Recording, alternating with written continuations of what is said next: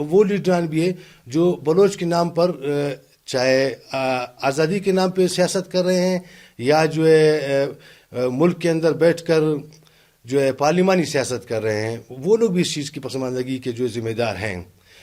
پچھلے دور میں اتنے لوگوں کو جو ہے بلوچستان کو مرکز سے بالکل فنڈز ملتے ہیں، ان کے بجٹس ملتے ہیں، یہ سارے جو ہے کرپشن کی نظر ہو جاتے ہیں۔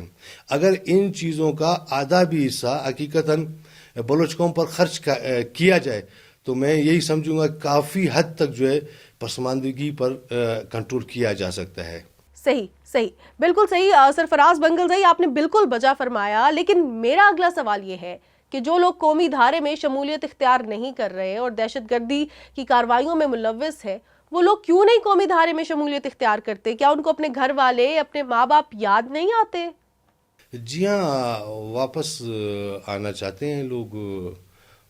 پہلے یہ تھا کہ یہاں ریاست کی طرف سے جو ہے ان کے لیے کوئی ایسے مواقع فراہم نہیں کیے گئے تھے۔ جیسے ہی ریاست نے اپنے اعلانات کیے، جس طرح جو ہے میں آیا، میں نے اپنا واپسی کا جو ہے فیصلہ کیا، اور اسی طرح کافی لوگ آنے کے لیے جو تیار ہے، جو ہم سے رابطے میں بھی ہے، اور میں ریاست سے بھی اپیل کروں گا کہ وہ بھی جو ہے آنے والے لوگوں کے لیے اپنے دروازے کھولے، جس طرح ہمارے لیے اپنے دروازے کھولے، ہمیں ویلکم کیا، ہمیں عزت و احترام دی گئی، تو جتنے لوگ باہر بیٹھے ہوئے ہیں ان کے لیے بھی اسی طرح جو ہے اپنے دروازے جو ہے کھولے۔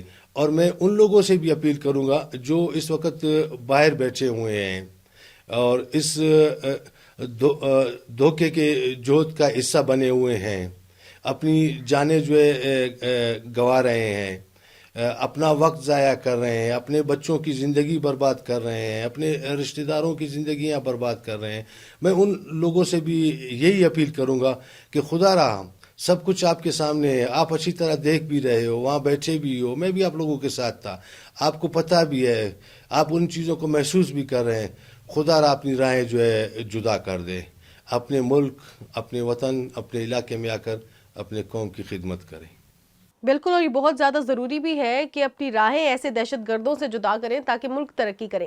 لیکن ہم دیکھ رہے ہیں کہ بلوچستان میں دہشت گردی کی کارروائیاں جاری ہیں اور یہ افراد بیرونی ایجنڈے پر چلتے ہوئے اپنے ہی ملک کو، اپنے ہی انفراسٹرکچر کو، اپنے ہی صوبے کو نقصان پہنچا رہے ہیں۔ اب یہ جو دہشت گردی کی کارروائیاں ہیں بلوچستان میں، اس سے تعلیمی نظام، انفراسٹرکچر اور صوبے کی جو ترقی ہے وہ کس طرح متاثر ہو رہی ہے؟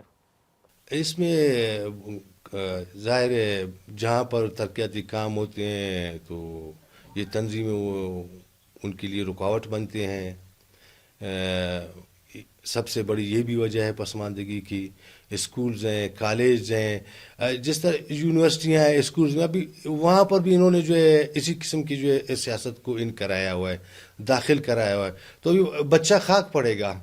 اور کافی ایسے والدین ہیں، کافی ایسے بلوچ والدین ہیں جو اسی خوف سے اپنے بچوں کو یونیورسٹیوں اور کالجوں سے دور رکھ رہے ہیں کہ وہ وہاں جا کر ان کے جو شکار ہو جاتے ہیں، اور لوگ ان کو اپنی تحریکوں اور اپنی تنظیموں میں شامل کر لیتے ہیں، ہمارے لیے مصیبتیں کھڑی ہو جاتی ہیں، کل کے دن ہمارا بچہ ان کے لیے استعمال ہو جاتا ہے۔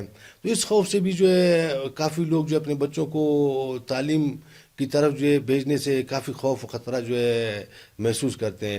بہرحال میں پھر بھی ان سے یہی گزارش کروں گا کہ اپنے تعلیم کی طرف جو ہے توجہ دیں۔ تعلیم ایک ایسی چیز ہے جو زندگی بھر آپ کا جو ہے ساتھ رہتا ہے۔ باقی جہاں تک بلوچ قوم کو پسماندگی اور نقصانات اس تحریک سے ہے، کافی نقصانات ہیں۔ اب کافی بلوچوں کو مخبر کے نام پر جو قتل کیا جاتا ہے اور بھتے کے نام پر جو ان کو قتل کیا جاتا ہے۔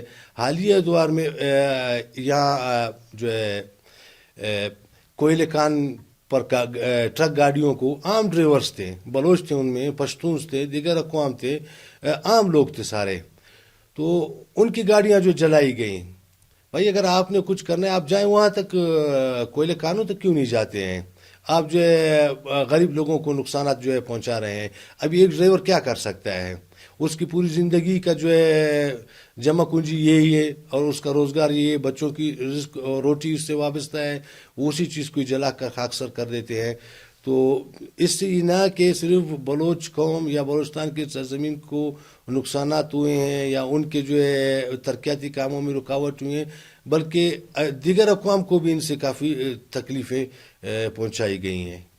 صحیح سرفراز بنگلزئی، جہاں پہ آپ نے اس چیز کی نشاندہی کی ہے کہ یہ جو دہشت گردی ہے یہ صوبے میں تعلیم کو یا جو ترقیاتی کام ہیں ان کو کس طرح متاثر کر رہی ہے، لیکن وہاں پہ بہت خوشائن بات یہ ہے کہ آپ نے ہتھیار ڈالے، آپ نے دہشت گرد تنظیم کو چھوڑا اور قومی دھارے میں شمولیت اختیار کی۔ اب ایسے میں آپ بلوچستان کے نوجوانوں کو کیا پیغام دینا چاہیں گے؟ بلوچ نوجوانوں کو میں یہی پیغام دینا چاہوں گا کہ اپنی تعلیم پر توجہ دیں، جتنی بھی ہو سکتی ہے تعلیم حاصل کریں۔ آپ تعلیم ایک ایسی چیز ہے جو آپ کی زندگی کا ساتھی ہے۔ سیاست سے اپنے کو جو ہے دور رکھیں۔ سیاسی پارٹیوں میں آپ نے کافی ایسے لوگ دیکھے ہوئے ہیں جو کس وقت سیاست ان کا ساتھ ہے، کب وہ سیاست سے جو دور رہ جاتے ہیں۔ اور تعلیم ایک ایسی چیز ہے جو آپ سے دور نہیں ہو سکتا۔ ایک مرتبہ آپ نے تعلیم حاصل کر لی، وہ زندگی بھر جو ہے آپ کا ساتھ ہے۔ اور اس قسم کی تحریکوں سے، اس قسم کے دھوکوں سے آپ دور رہیں۔ بلوچ قوم کو کافی جو ہے اکسانے کی کوشش کی جا رہی ہے، بلوچ نوجوانوں کو۔ خدا را بلوچ نوجوان اس چیز کو سمجھیں۔ میں 15-16 سال تک میں اس جوت کا حصہ رہا، کافی میں نے قربانیاں دیں، اپنے بچے جو ہے میں نے قربان کیے، اپنے رشتہ دار میں نے قربان کیے، کافی اچھے میرے دوست تھے وہ میں نے اپنے سے جو ہے گنوا دیے۔ تو کافی چیزیں میں نے دیکھی، اگر ان میں حقیقت ہوتی، سچائی ہوتی تو آج میں واپسی کا فیصلہ نہ کرتا۔ وہاں پر سارا جھوٹ ہے، سارا فراڈ ہے، دھوکہ ہے۔ آپ ان دھوکے سے بچنے کی کوشش کریں، اپنے تعلیم پر جو ہے توجہ دیں۔